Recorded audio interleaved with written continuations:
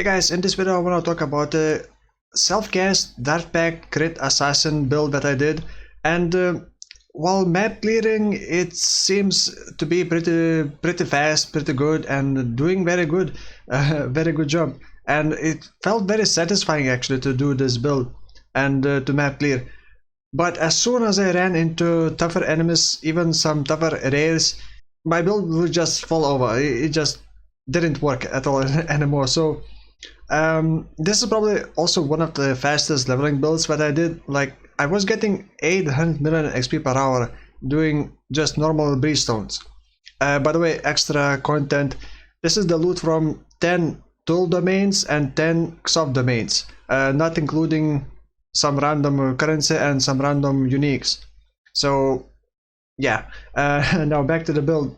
I'm also going to talk about my thought process of trying to improve my defenses and how I build it. This is actually started as a very expensive build, over 7x gold build, but over time the more I wanted to increase my defenses, the lower the price became for the build, because I actually stopped using a couple of things.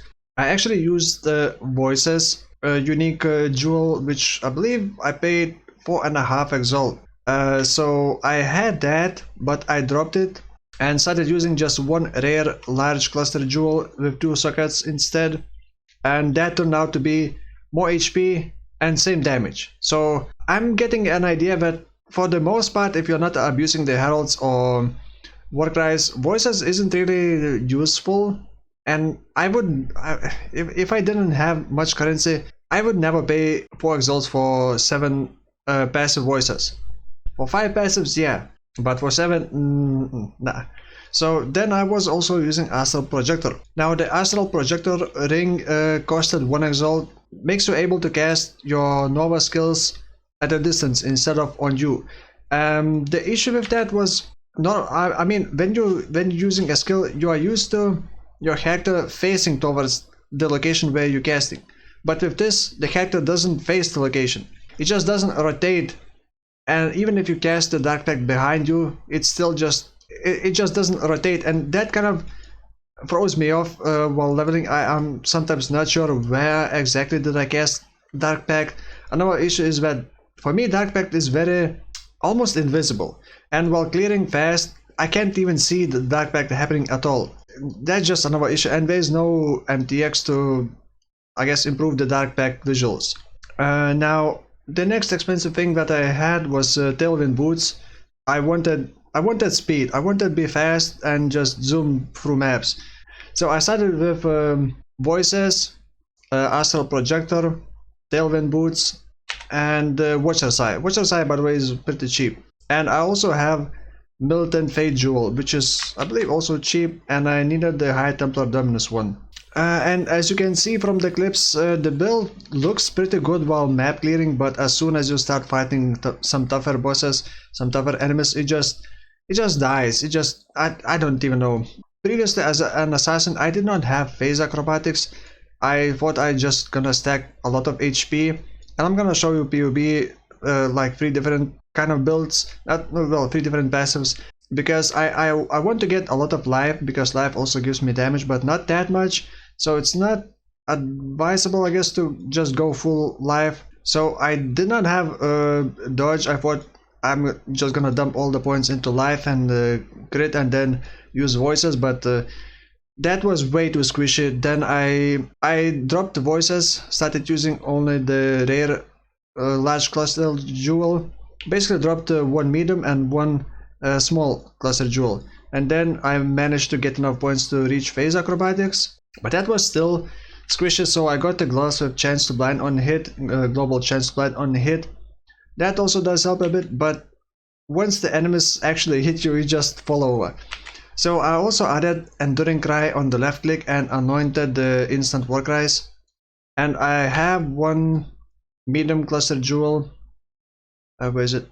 Which gives which warcries count as having 10 additional nearby enemies. So I always generate 3 enduring charges, which is the max that I have right now. I'm getting 12% mitigation from 3 enduring charges. On top of that, I'm also getting another 4% physical damage reduction if I have used a Warcry recently in the last 8 seconds from the Cluster Jewel.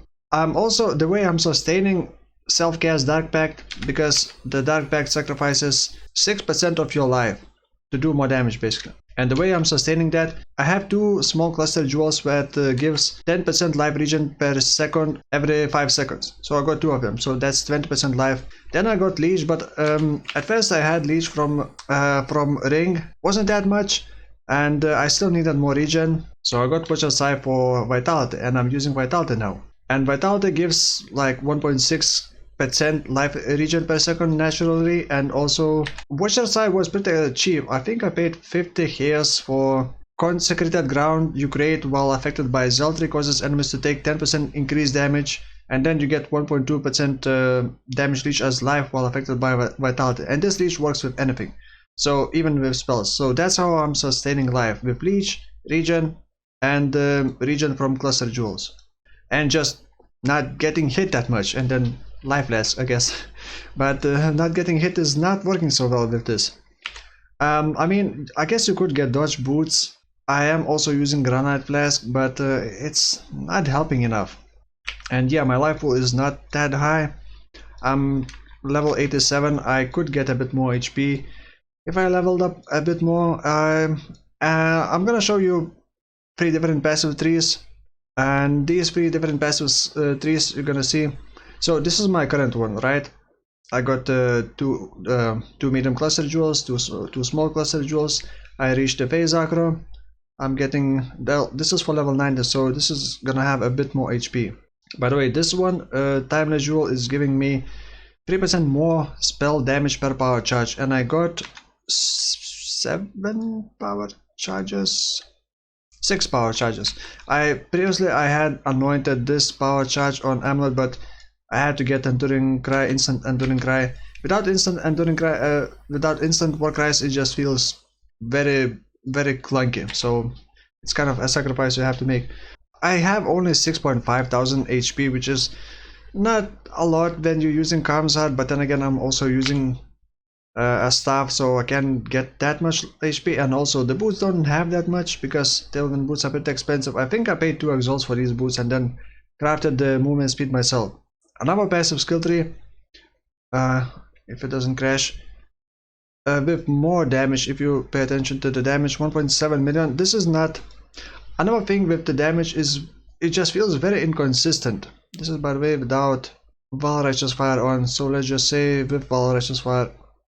And I'm gonna show you clips as well without Vaal Righteous Fire. I tried using Vaal Summon Skeletons. It just feels weird and wrong, and sometimes skeletons just move outside the targets that I want to kill, and then the Dark Pact just beams towards those skeletons instead of hitting the target that I want. Right, so 2.2 million damage and 6,500 HP. The more damage version is actually less damage version. Yeah, that's with the voices, the more expensive version. So this is the more expensive version with voices, which cost 4 exalts. Actually, I haven't checked the price. 4 exalts, and using additional medium jewel and additional small jewel. And the additional small jewel can be very nice. The one with the surging vitality, you basically add another 10% life recovery per second every 5 seconds. But this one did not have dodge. This is was my initial plan. Did not have phase acro, did not have any dodge, and focused everything. I even had anointed that. So then I switched to, I guess, to this. Another version is even more HP, 2.2 million damage and 6,500 HP. This one is without any voices, with dodge, and 7,000 HP, but less damage, like 300k less damage. But that is during the Vaal Righteous Fire. So as you can see, the only difference is that instead of going here, I just went to the Science life wheel. And that's basically it. And well, I got, this one saves me 1 point. I could place it here and get a bit more mana, but in here I save 1 point. If it's not a big deal, you probably should get this one, because the mana could be an issue as well. The way I solve the, wait, is it still an issue? It is kind of an issue. Once I get all the speed, all the conditional speed things, the mana could become an issue, but I'm not using max level clarity. Previously I also had this one to give me a bit more mana regen, but and the way I squeeze in all the auras, I got I got very lucky to grab this amulet from someone. It has zealotry, has 20% reduced mana reservation, and that was enough for me to squeeze in vitality and clarity at the same time. The clarity is not the max level. It also has critical strike multiplier, all attributes which I absolutely need. If I lose at least 2 strength, I would not be able to wear Kaom's Heart. So it was a bit annoying to balance things out. Also using the one that converts, the jewel that converts intelligence into strength, and I previously had path through here, but if I path through here I get extra strength, and here I don't really get anything. So you could have more HP, but I also lose some recovery. I was trying to see if it's worth to get the leech rate thing on a jewel rata, but I'm only getting, I believe it was 300 life regen per second from leech. So I'm not sure if it's worth using adrenaline over these. I basically quit the build because it was actually very satisfying to map with it, but I just could not stand dying to random things all the time. It just felt so squishy, giving me berserker vibes when I played. Can't remember which build, but I kept dying because it just felt so squishy, like wet toilet paper. So yeah, if you want to copy this build, I'm gonna leave path of building import code. Oh, I do have despair on hit ring. You could get assassin's mark ring, whichever is cheaper, I guess. You don't, so the build can be very cheap actually. Well, not that cheap, but I mean I got +3 staff, but people aren't using here staff, so it's I guess pretty cheap to get it. I wonder how much would it cost. Yeah, like 3 exalts, let's say. Maybe you can grab for less.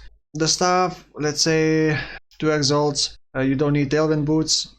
You do not need Astral Projector. You do not need voices. You do not need helmet enchantment. Kaom's Heart is also cheap, even with the corruption. I think I paid 20C.